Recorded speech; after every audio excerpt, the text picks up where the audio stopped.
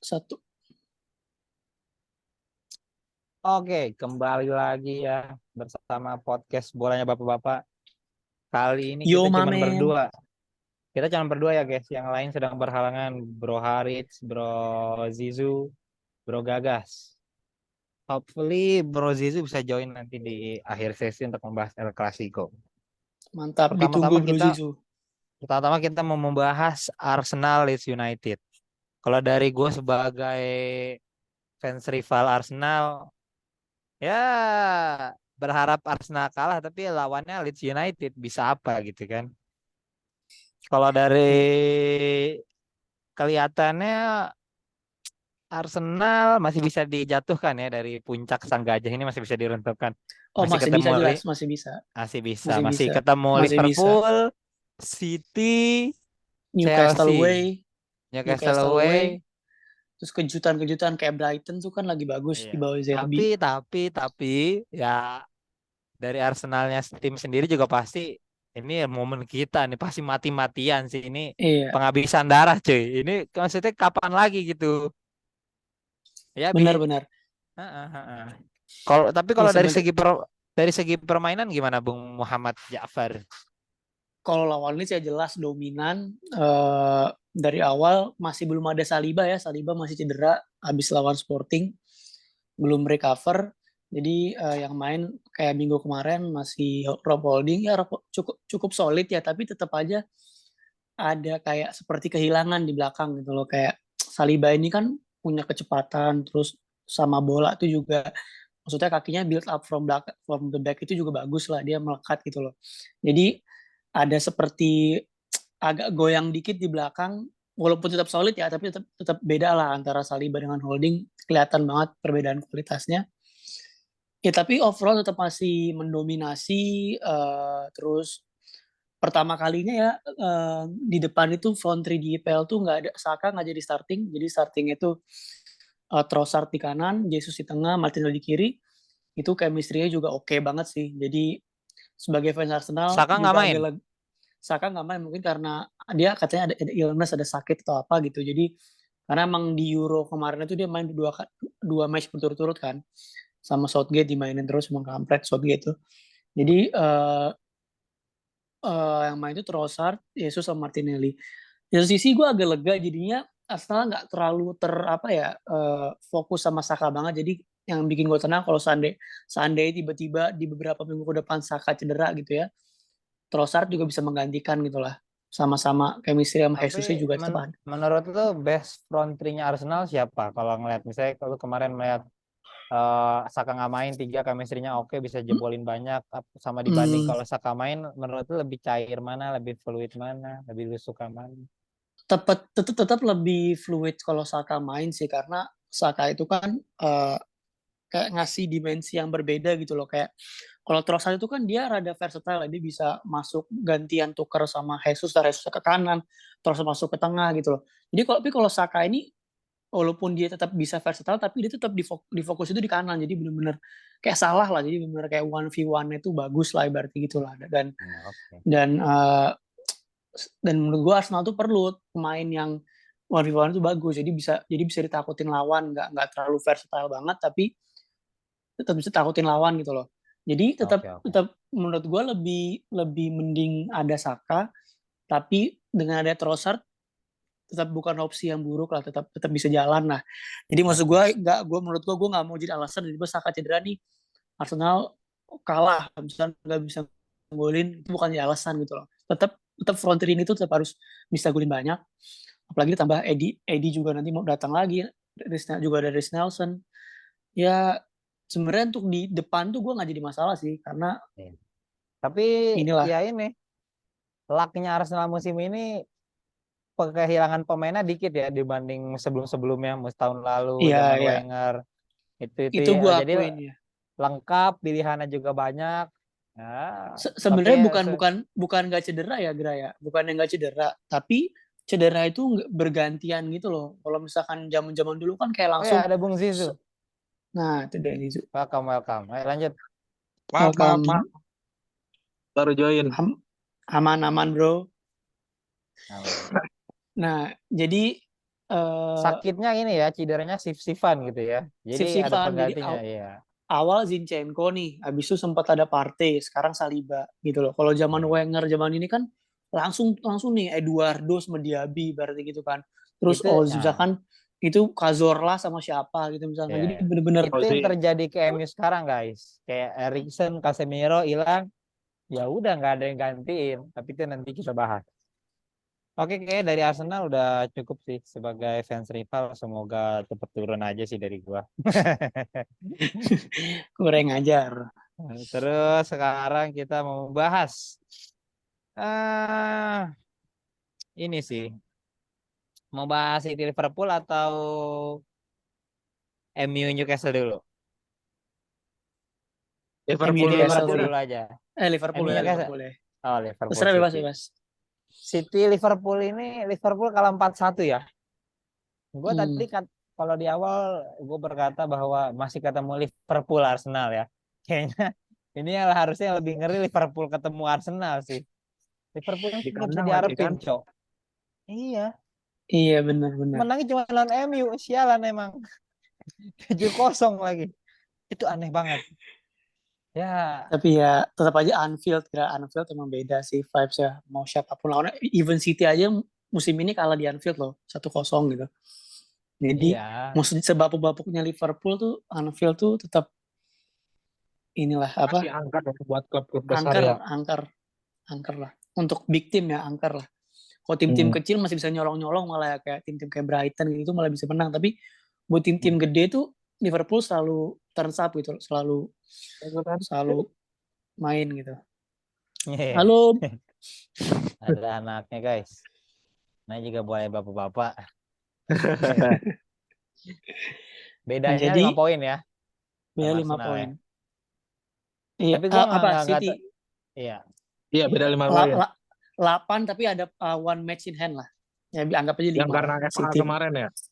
Iya, Gue City nggak bisa nonton menang. sih. Lu nonton match City Gue nonton, Liverpool. Jadi Gimana coba bahas?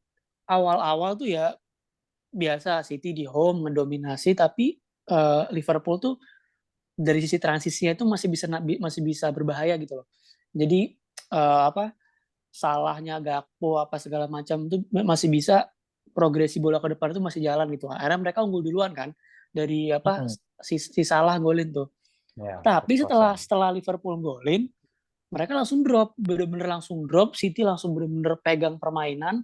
Transisinya Hmm. Liverpool juga terus dijegal terus. Jadi bener-bener City tuh bener-bener megang permainan banget lah setelah Hmm. Liverpool golin. Harusnya biasanya kalau Liverpool tahun-tahun lalu tuh mereka habis ngegolin pun masih tetap bahaya gitu loh, masih tetap megang kendali apa segala macam. Tetap ngejar gol lagi ya.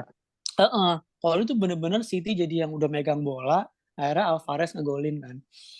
1-1 halftime, babak kedua ini Liverpool udah bener-bener udah nggak bisa ngapa-ngapain lah. Itu udah gamenya City lah babak kedua tuh.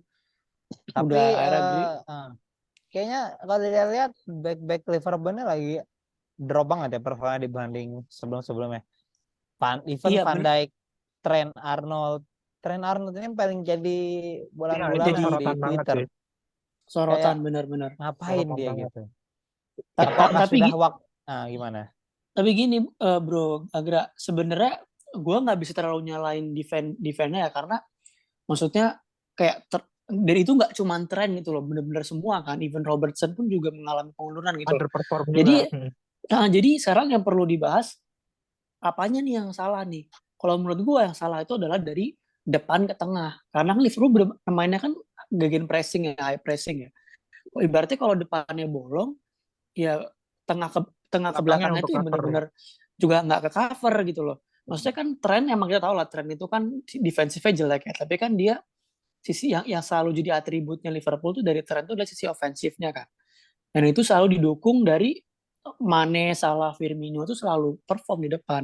Tengahnya juga Henderson, Thiago, Fabinho itu selalu selalu to the on point lah. Tapi mereka ini udah Thiago cedera, Fabinho juga mainnya underperform.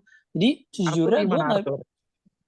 siapa Arthur Arthur malah nggak Melo. main dia kan, malah nggak main-main dia masih recover. Jadi Scam menurut gue itu. ya menurut gue yang lebih kena impact yang lebih parah dibandingkan performa Trent, Virgil van Dijk dan segala macam, menurut gue front line-nya sih, even Salah pun nggak kayak dulu. Terus terutama tengah ke depan tuh yang daerah-daerahnya Thiago sampai wing kirinya tuh Gakpo sih sama Nunes, nggak kayak Liverpool, nggak kayak Firmino, Mane di tahun-tahun sebelumnya gitu loh.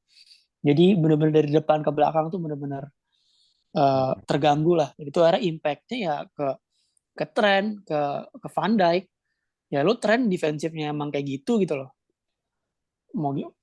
Dan ofensifnya jelek ya mau gimana lagi gitu, emang ya kena Apa gitu. karena kedalaman Ya. squad juga nggak sih? Maksudnya Bisa. starting 11-nya terlalu nyaman gitu loh. Jadi istilahnya at least Bisa. gue underperform pasti gue bakal Pelapisnya starting jelek. juga gitu. Pelapisnya juga kan jelek Liverpool. Enggak kayak Benar.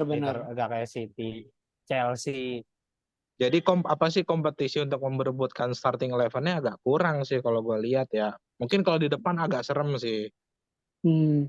Kalau menurut gue Depannya dua juga. faktor nih, menurut gue ada dua faktor. Pertama, rekrutmennya menurut gue kurang. Walaupun on paper kalau kita di awal musim ngira Nunes sama Gakpo nih bakal bagus nih. Tapi ternyata namanya kita bukan analis ya, kita pasti salah lah supporter, ada salahnya gitu. Ternyata mereka nggak bisa nge-fill in Firmino sama Mane gitu. Jadi rekrutmen salah. Terus dari kedua menurut gue faktor dari fatigue juga sih. Karena musim lalu itu kan Liverpool itu bener-bener ngejar 4 kompetisi, dia ngejar quadruple kalau ingat kan. Iya, Walaupun musim ini. ujung-ujungnya cuma menang Carabao sama FA kalau nggak salah ya, cuma Emang 2. FA Tapi juara? mereka kalau nggak salah ya apa sih tipenya, dia ngejar 4 sampai benar sampai akhir kan, masuk final UCL, poin sama City pun beda dikit, ditambah ada Pildun nih. Jadi mereka emang akumulasi akan semua hal, pemain yang keluar, fatigue, terus rekrutmen yang belum adaptasinya belum bagus lah, Nunes sama Gakpo belum benar-benar adaptasi, dikumpulkan menjadi itu semua lah. Makanya mereka benar-benar hancur banget musim ini. Menurut gue sih itu ya. Tapi se-underperformnya Nunes ya masih golin ke gawang MU loh. Iya. Iya, Itulah. makanya itu kutukan aja. Enggak masuk di akal, sampai 7 tuh enggak masuk di akal ya. Kita ya itulah salah satu yang bikin Arsenal bisa juara, pada nggak perform big team. Sebelum bahas MU, kita mau preview ini dulu nih ya. Ada berita-berita yang patut untuk dibahas. Pertama ada Burnley promosi di bawah Vincent Kompany, muridnya Pep Guardiola ya. Setelah mengalahkan Middlesbrough, Carrick 2-1, skor tipis. Ini Gila emang angin ya. segar untuk EPL ya. Kompany terus apalagi kalau ya pakai Islam. Apalagi kalau Carrick bisa naik juga nih, pelatih-pelatih taktikal ya. Menggeser pelatih-pelatih yang old school ini udah harus dibuang sih dari EPL nih. Benar. Udah Benar. Kompany, Carrick. Nah, biar semakin seru ya. Ini EPL nih, Gue makanya mikir Lampard tuh memang harus main di apa sih divisi kedua. Kalau saran gue sih Lampard tuh Iya, dia kayaknya dia terlalu nggak mau sih, gengsi. kayak Chelsea. Kayaknya dia nggak mau, gengsi mungkin. Ya, EPL makanya disebut tim terbaik dunia ya. Tim terbaik, Liga terbaik dunia. Liga terbaik dunia. Nggak cuma dari penonton, hak siar dan lain, tapi dari tim-tim kecilnya juga udah outstanding sekarang, terutama Iya. perkembangannya Itu pesat. dia makanya, dan Pep makin melebarkan sayapnya, maksudnya udah banyak pelatih-pelatih yang maksudnya mengikuti filosofinya dia tuh udah mulai main di liga-liga top gitu. Ya sekarang berarti Ya. udah ada Arteta, Xavi, Company, Ten Hag pun termasuk ya, walaupun Ten Hag tuh agak campuran, agak mix, tapi dia ngambil Kalau Ten Hag itu gua agak dia lebih ke nggak pure banget, Grade memang nggak pure Pep banget karena dia ada ya. campuran. Kalau ngeliat Ten Hag itu ininya. jangan ngeliat permainan Ten Hag di MU ya guys. Ngeliat itu pas di Iya. Ajax gitu ya.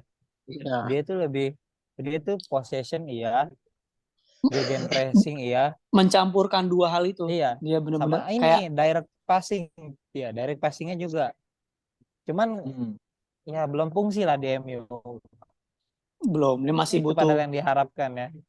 masih butuh Banyak ball pemain playing kurang lah ya. goalkeeper, masih butuh Hmm. CM-CM Itu macam nanti De kita Jong gitu. bahas. Nanti kita bahas. Iya, Ya itu angin segar buat English IPL. Premier League. IPL musim Terus depan, ada musim depan. juga Potter dipecat. Ini suatu Ini kesedihan untuk fans-fans Premier League ya. Potter dipecat. Pada semua berharap mereka Potter ini stay. Seenggaknya sampai 10 tahun lah. benar-benar. Dan digantinya Oma Lampard untuk pelatih sementara sampai akhir musim. Menurut gue ini keputusan cerdas ya dari Chelsea. Mungkin fans Chelsea banyak yang bilang, aduh Lampard. Tapi kan ingat, Lampard ini cuma sementara sambil mereka ini manajemen proses sampai akhir musim itu kira-kira siapa nih yang tepat pelatih. Ini yang terjadi sama MU pas Ole dipecat. Rangnick dulu Iya, sementara, jadi sampai akhir kasih musim. waktu benar-benar sampai matang siapa dan Erik ten Hag. Dan itu keputusan tepat ya. Untung bukan Antonio Conte. Banyak yang mau Antonio Conte. Ini Nah, kalau cerdas dan kalau misal dan calonnya ini ngeri-ngeri ya. Enrique sama Nagelsmann. Wah, Chelsea ini ngeri cuy musim depan kalau antara dua pelatih yang naik. Tapi menurut itu gimana Bung Mehmet, Bung Zizu? Coba Kalau berikan dari pendapatnya. sisi gua ya, gua lebih prefer dipegang sama Juna sih. Kalau Enrique itu sebenarnya track record dia di Barca bagus sih. Cuman lu lihat deh setelah prime-nya MSN itu UCL kan knockout terus tuh, nggak di perempat di semifinal kan tuh ininya. Jadi apa namanya, pas dimasuk ke Spanyol pun diharapkan bisa inilah bisa perform. Memang sih Nation League cukup bagus sih Enrique. Cuman pas Piala Dunia kemarin tuh nggak banget sih menurut gua. Maksudnya nggak tahu karena dari skuadnya atau mungkin nggak tahu dari Enrique-nya ya. Jadi kalau menurut gue sih Enrique kalau memang mau ngambil IPL jangan klub-klub modelan Chelsea karena apa ya kalau Chelsea itu model-modelan yang pengen instan gitu loh. Kalau memang mau Iya, instan iya. mending Kalau Mehmet Nagelsmann gimana Bung sekalian Mehmet? sih menurut gua. Lebih kalau prefer mana? menurut gue sebagai fans Arsenal sih gue lebih prefer Enrique ya karena apa ya emang Enrique ini salah satu yang diapresiasi dari Enrique ini adalah pas zaman MSN tuh bisa menggabungkan tiga superstar itu dan bisa kan susah ya kalau tiga superstar itu di satu tim. Contoh aja kayak PSG sekarang nih Mbappe, Messi, Neymar kan juga mereka chemistry-nya nggak ada gitu loh. Tapi siapa namanya Enrique ini bisa menggabungkan mereka bertiga, mainnya fluid dan golnya juga banyak, menang UCL apa segala macam dan itu Treble patut lagi kan. apresiasi lah. Iya, cuman itu lagi ya kualitas filosofinya dia tanpa MSN itu masih Belum masih teruji. juga belum teruji gitu loh dan monoton banget bener kata Bung Jizu bener-bener gue lihat mainnya eh, Spanyol kemarin tuh apa ya walaupun skuadnya juga jelek bener-bener monoton banget lah nggak ada permainannya tuh ya bisa kebaca cuma sekedar positional play biasa aja gitu nggak lebih superior dari Pep bahkan Arteta gitu maksudnya nggak ada kreativitas banget di filosofinya gitu sedangkan kalau Nagelsmann ini pelatih muda yang ada Fresh, hungernya iya ada hungernya Taktikal banget fresh ya. idenya banyak. taktikal banget dan lu kalau lihat skuad Chelsea sekarang yang tebel nih ya lu mau bisa main ada dan musim depan pun pasti bakal beli pemain lagi itu dia mau main 3 back mau main 4 back mau main 5 back ibaratnya mau depannya 2 3 Nagelsmann itu fluid di dia di itu gitu loh dia itu bisa bisa ganti-ganti taktik bisa ini apa segala macam walaupun kelemahannya jadinya lu nggak punya filosofi yang apa ya yang tetap gitu loh tetap harus adaptasi terus tiap tiap gamenya itu salah satu hal yang dikritik dari Nagelsmann tuh itu karena dia harus terus-terusan ganti sesuai oppositionnya gimana gitu loh tapi juga bisa jadi bahaya karena itu bisa jadi instant impact juga ke Chelsea gitu loh dengan skuad bintangnya gitu loh jadi gue kalau misalnya suruh prefer mana ya gue lebih prefer Enrique sebagai rival tapi kalau gue sebagai fans Chelsea gue sih lebih mau Nagelsmann dibandingkan itu Iya. dibandingkan Enrique ya. Ya walaupun dua-duanya menurut gua appointment bagus sih, bukan jelek ya. Dua-dua pelatih pengalaman yang udah terbukti di level atas gitu loh. Beda di ini aja sih. di filosofi Oke, aja. oke. Oke. Sekarang dua berita ringan sudah kita bawakan ya guys. Sekarang kita mau membahas ya ini dia nih. Sebelum terakhir, MU Newcastle. Nah, ini sambil coba dong minta host dong, Matt, minta kasih akses host ke gua. Oke, sambil share screen nih kalau MU itu ya. Kayak emang bisa ya kalau host 2 ya? Udah belum? Nggak bisa, Ntar nggak emang bisa. nggak bisa, ntar malah yang Gimana sih recordnya Ju kayak 2. caranya Ju? Kalau Kalau dua kalau host gue nggak bisa. ganti, Oh, oke, nggak bisa share screen. kalau hostnya gue ganti, recordnya mati juga. Rekornya mati. Hmm, Oh tuh guys, anaknya Bapak Zizu. Tuh, Dadah, halo dadah gimana? adek. Dadah gimana? coba gerak, lu kirim link aja gerak gue yang share screen. Nah, nggak usah, susah. Nggak apa-apa. Yaudah kita bahas Jangan MU Apa? Newcastle aja ya. Kita bahas Iya. MU Newcastle guys. Pertama, sebelum kita masuk ke teknikal, kita mau bahas ini dulu ya. Newcastle itu ngupload di Twitternya itu setelah ngalahin MU di Premier League, mereka ngupload foto rame-rame dengan caption atau copy, "Who's that team we call United?"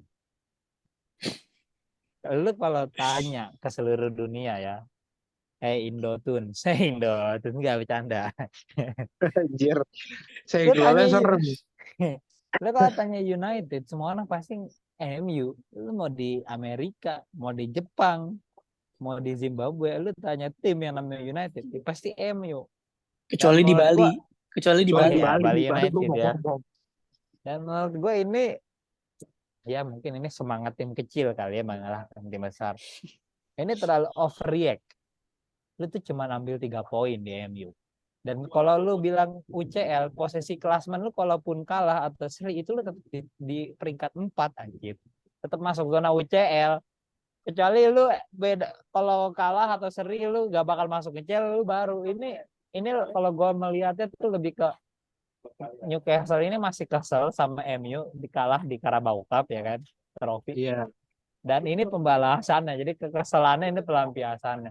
Cuman kalau lu tanya, gue yakin ke Newcastle pasti juga jawab ini.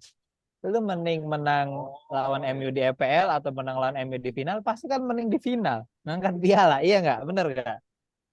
Iya kan? Jadi emang dasar lu tim kecil, Bang Arab. Kalau kita lihat permainan emang unggulnya Newcastle kemana-mana jauh. Ini lagi-lagi ya kalau kita lihat data ya, kita lihat data.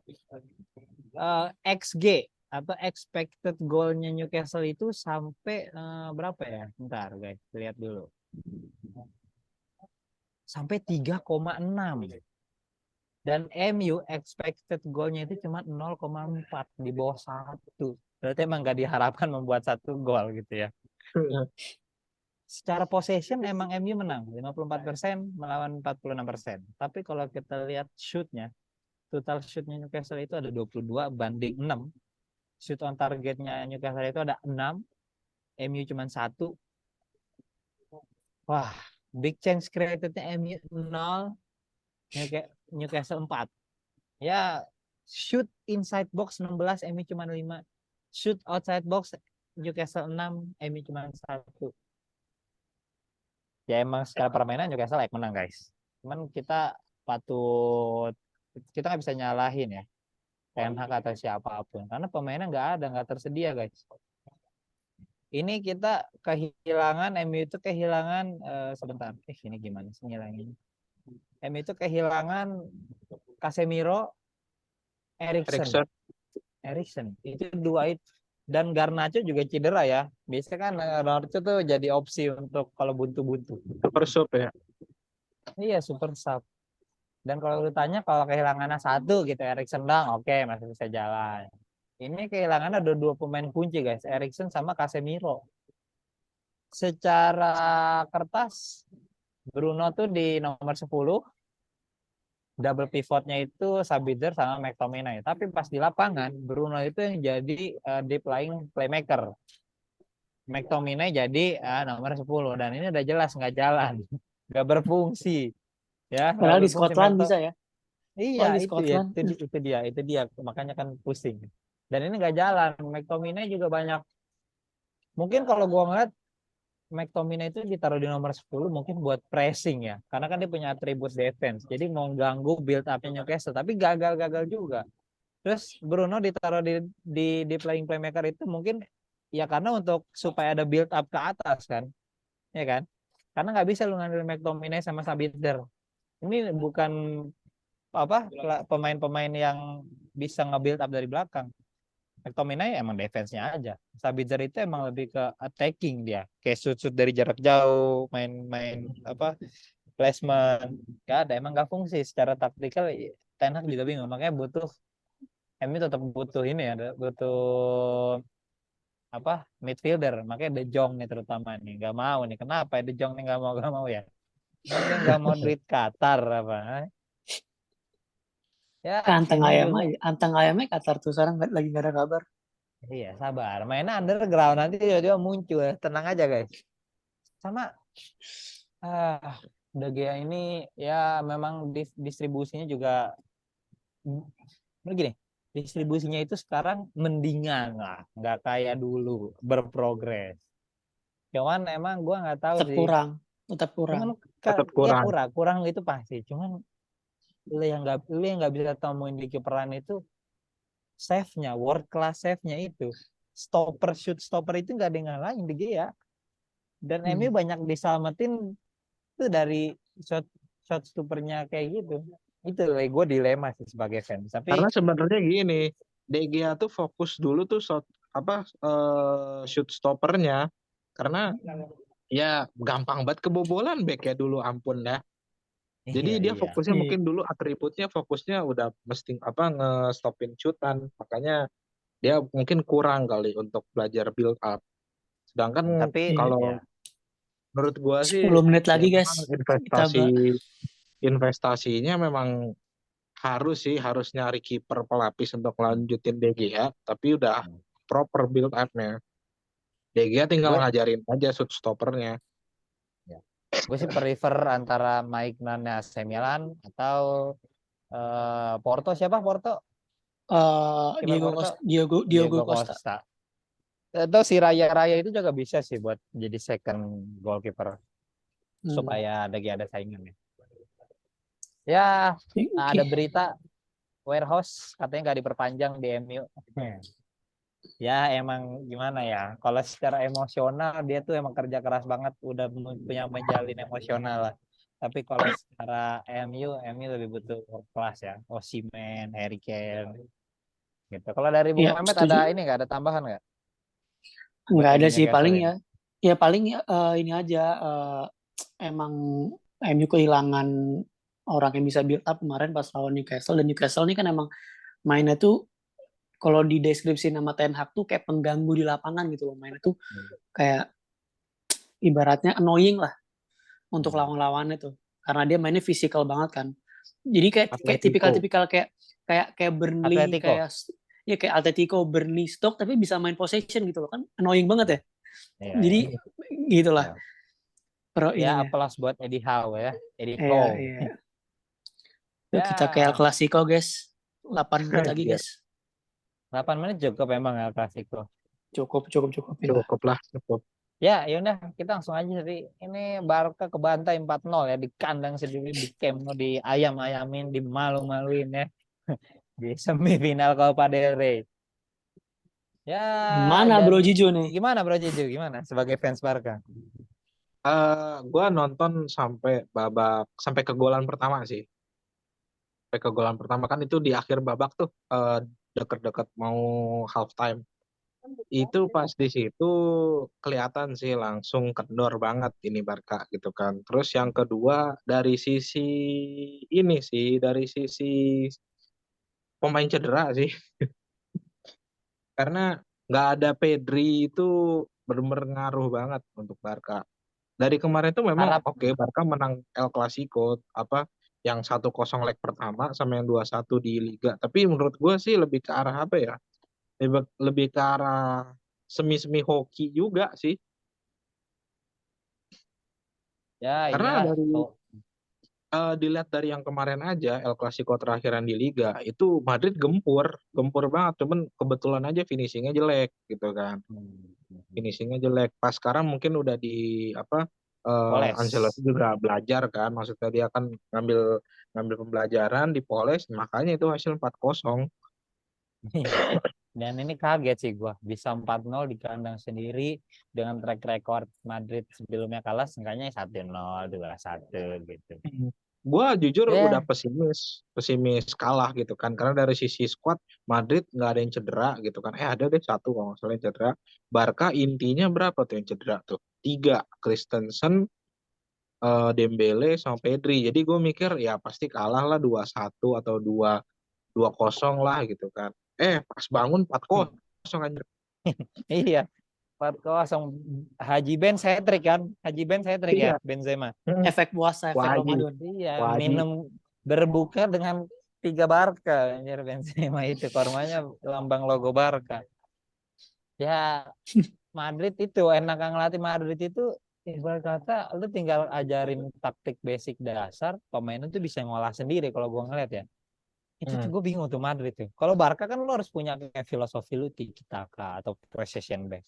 Nah, kalau Madrid ini kayak gimana? Yang penting lu bisa, lu lebih bukan melatih taktik, tapi lu melatih ego pemain. Gimana lu bisa dapat respect, udah lu jalan tuh tim aja. Fungsi itu tim. Mau main gimana? Udah dan Vinicius nih ngeri sih.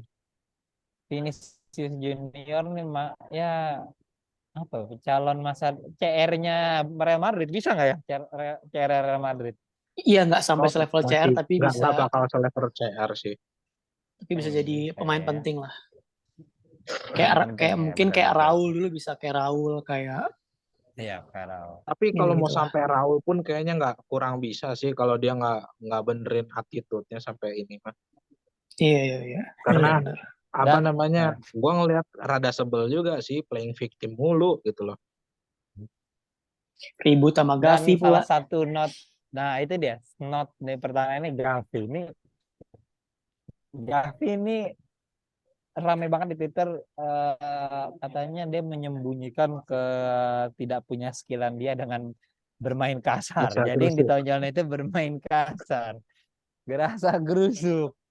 Ini Dimanapun, bocil. di Spanyol pun gitu, Ini di bocil timnas. emang Madrid itu kurang sosok Casemiro, Pepe, Ramos. Nggak ada coy. Yang gahar-gaharan ini nggak ada. Udah pada hilang Ah, ya, udah pada keluar. Sebenarnya siap. sih gini sih, gua ngelihat Gavi itu Iya, lebih ke dan arah sok tapi gue jagoan. suka. Gue berharap, iya, gue berharap Gavi tetap kayak gini karena ini yang bakal panas-panasin El Clasico nih. Yang bikin seru. Gavi, Vinicius berantem berantem ini seru sih. Gue berharapnya kalau Gavi dengar lu tetap aja lah. Iya gestur-gestur, masa dia gestur kelamin ke Vinicius. Lo ngapain nggak ada kelamin ke BBC gitu loh anjing. Iya, Udah koneksi pasti gue kayaknya kalah ya. unstable nih, nge-lag. Koneksi gue unstable guys. Mungkin Dah. udah 2 menit lagi bisa kali ya Sam. Iya. Tadi gue nge-lag tapi ya. Nggak apa-apa kedengeran kok. Hilang, sempat hilang Iya, videonya. iya makanya. Ya itulah. Tapi ini yang menurut gue bumbu seru ya. Jadinya kan lihat dibahas kan Gavi begini, Gavi ini Ramel Klasiko naik lagi. Ya nggak apa-apa. Nama Gavi juga masih muda dan dia juga masuk player of ini kan of the year kan. Pemain muda of the year kan dia. Itu pun debatable sih. Gue aja Iya, iya, sebagai iya. fans Barca debatable. Oh, ya kita lihat Xavi. Cuman Ancelotti rumornya kayaknya mau cabut dari Real Madrid ya. Mau ke Brazil dia. Iya, tapi itu udah fix Brazil emang. apa Chelsea? Gue baca Chelsea itu juga di approach. Ya masih opsional lah. Masih opsional ya. Tapi dia kayaknya mau pensiun dari klub deh. Dia mau yang kayak lebih santai gitu kan. Udah tua juga kan, mau siap-siap pensiun. Iya capek Iya. coy, lu pergi sana keluar kota bolak-balik capek sebenarnya pemain bola tuh. Staff-staffnya juga. Ya udah guys. Apalagi yang mau Capek-capek dibahas? miliaran tapi duit. Iya sih. Iya. Cuman ya dia udah duit banyak, udah tinggal nunggu bisnis aja ongkang-ongkang kaki. Kalau gue jadi dia ya. Ada reminders waktunya kan. sama anak cucu. Iya. Ya, udah kali ya, kita udah Udah, cukup kali pembahasannya. Cukup lah. Highlight yang cukup. penting dari minggu-minggu lalu. Ya, nanti malam ada MU Everton, Arsenal juga ya nanti malam ya. Iya. Arsenal enggak, Besok. Arsenal besok. Arsenal Liverpool Oh, besok. Arsenal besok. Nanti malam apa? MU Everton, terus? City sama aduh gue lupa lagi, pokoknya kalau City 11:30 tuh. Oke, less than 1 minute kayaknya kita harus penutupan, guys. Terima kasih yang sudah menonton. Jangan lupa komen, sumbang-sumbang ide, like, di-share ke teman-temannya. Kita bakal bahas bola yang seru-seru ya. Kita bahas-bahas highlight. Terima kasih sudah menonton. Bye-bye, guys. Bolanya Bye-bye. gabung. Bye-bye.